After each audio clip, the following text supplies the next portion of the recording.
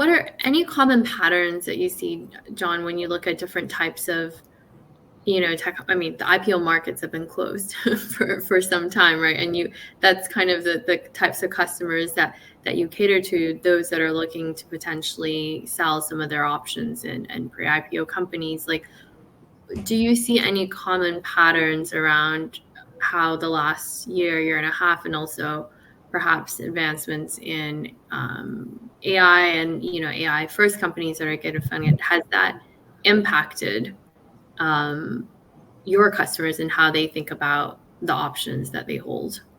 I think there's a couple things here that are important to understand from like a macro perspective and a big trend perspective. And the first one is companies are staying private longer. That's just reality. The number of listed companies in the US has been cut in half since the 90s. So there's just fewer public companies now. And one reason, this is a bit of speculation, but it makes a lot of sense to me. The private markets are just more mature now. There's a lot more money in private markets, and these private investors are willing to fund private companies for longer with bigger checks. Exit path of an IPO,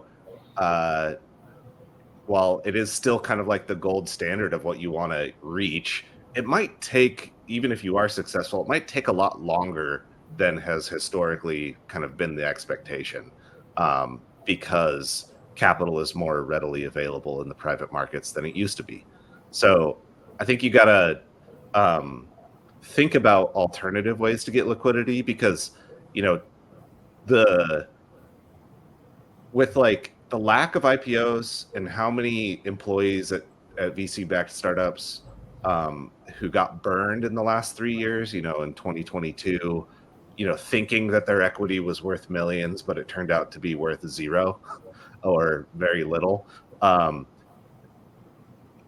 Companies probably need to think about the terms of their equity compensation to attract talent. So it's not always about how much equity you give away. It's also about like the flexibility of that equity.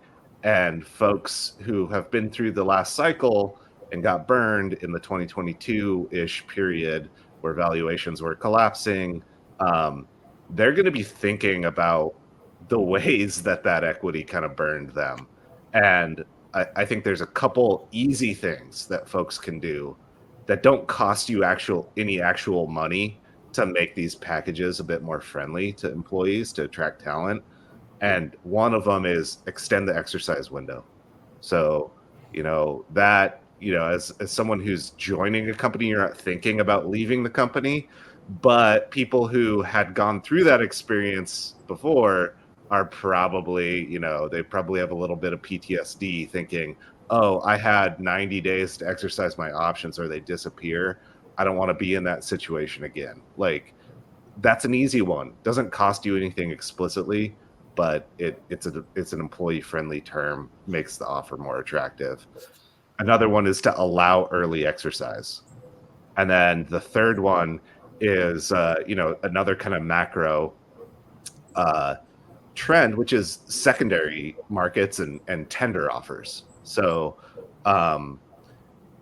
just because companies are staying private for longer, it doesn't get rid of the need for liquidity, right? Like, you want it, your employees want liquidity, your investors want liquidity at some point. Like, people don't invest in businesses for fun.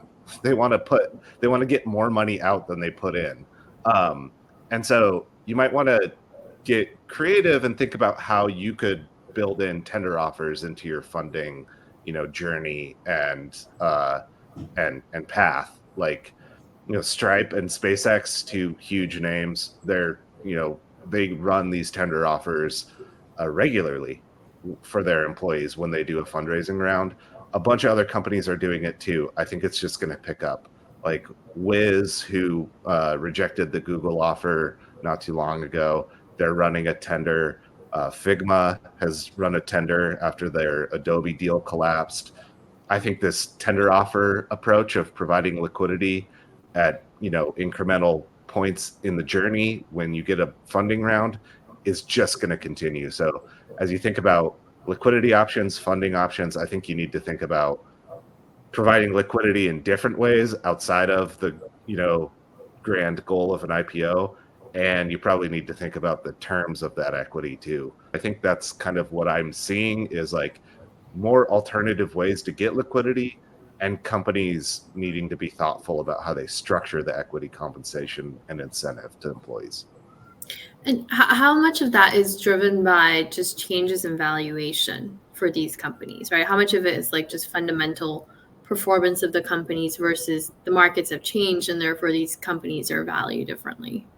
Valuations in the public markets are pretty much back to all-time highs. Like the valuations right now in the US stock market, I'm speaking about the US in particular, uh, they're more than one standard deviation above the historical mean. They're back to 2021 levels, and that was a level that we hadn't seen since 2000. So that's where aggregate valuations are right now. They're high. It's not disputable. Like this is just a fact. The future is here, but it's not evenly distributed, right? Like SaaS multiples are not back.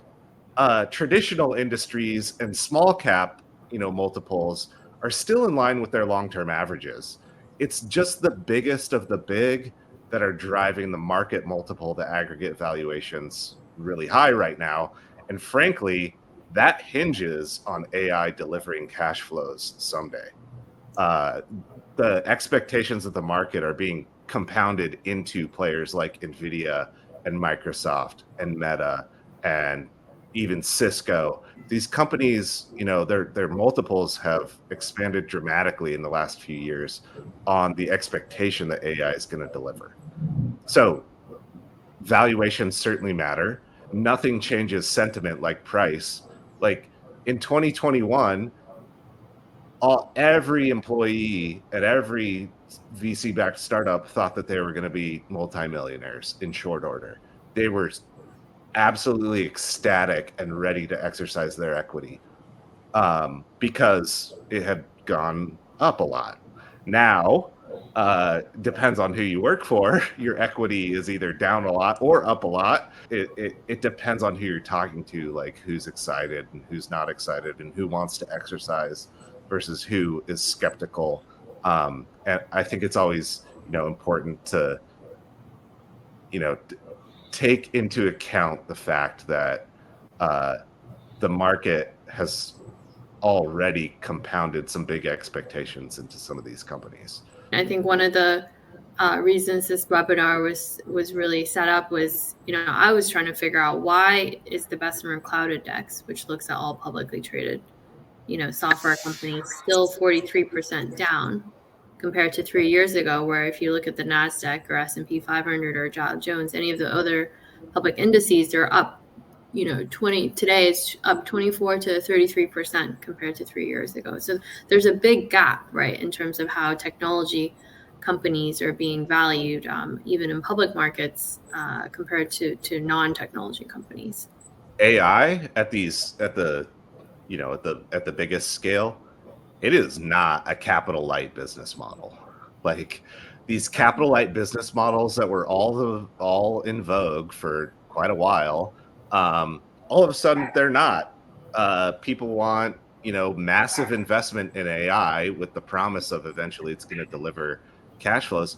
Can it deliver on that? Like, I don't know. I think expectations are high, but they're high for good reasons. It's not a slam dunk to say that this is like all hype, right? When and how much does it benefit us as leaders of companies and as investors?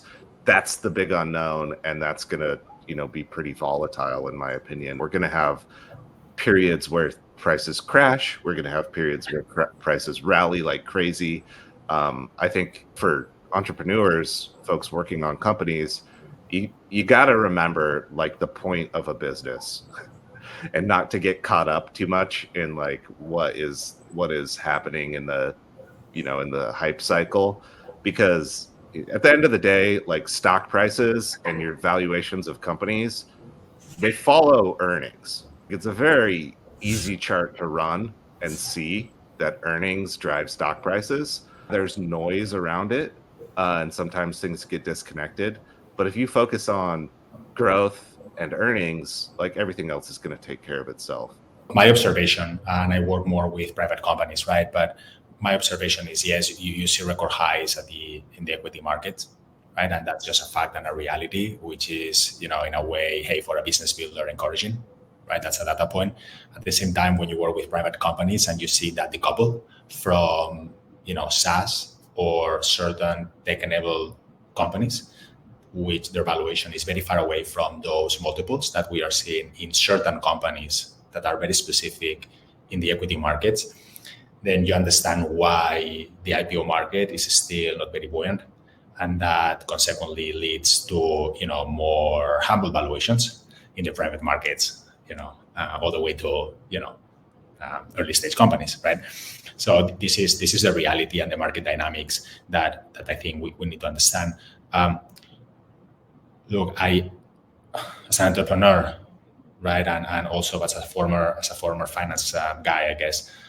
Look, I always was a big fan of Berkshire Hathaway and Warren Buffett and Charlie Munger, right? And what you control, what you don't control, right? And what I try to do, and what I see best entrepreneurs try to do, is to forget a little bit about the noise in the market and what's going up and down, and focus on those earnings that John was mentioning, right?